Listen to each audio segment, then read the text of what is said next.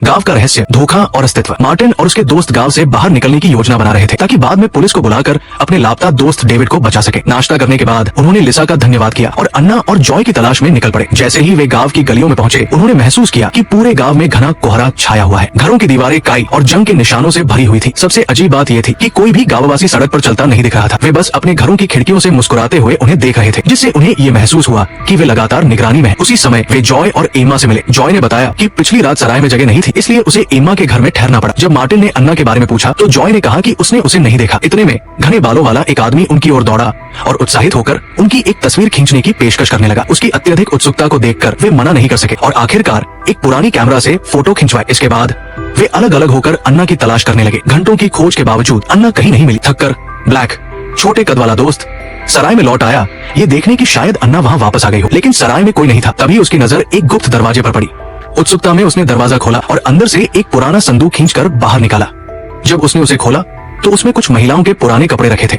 अजीब बात यह थी कि वे कपड़े उसे कुछ पहचाने हुए लगे। अचानक उसके दिमाग में कुछ यादें उभरने लगी।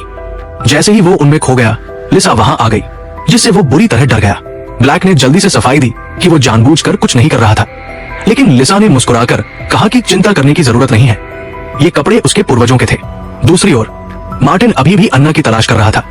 तभी अचानक अन्ना खुद उसके सामने आ गई।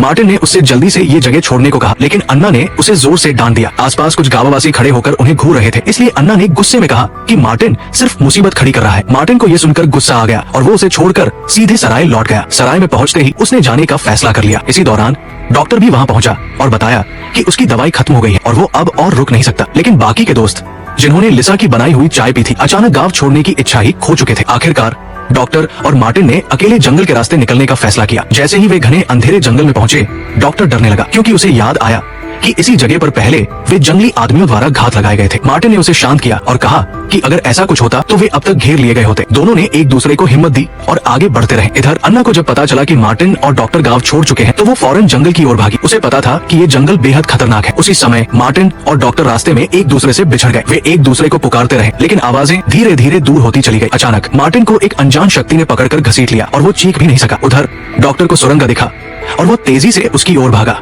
भागते भागते उसका पानी का गिलास नीचे गिर गया, लेकिन उसने उसकी परवाह नहीं की। वो किसी भी तरह बस इस डरावनी जगह से निकलना चाहता था, लेकिन उसे नहीं पता था कि असली खौफ अभी बाकी था।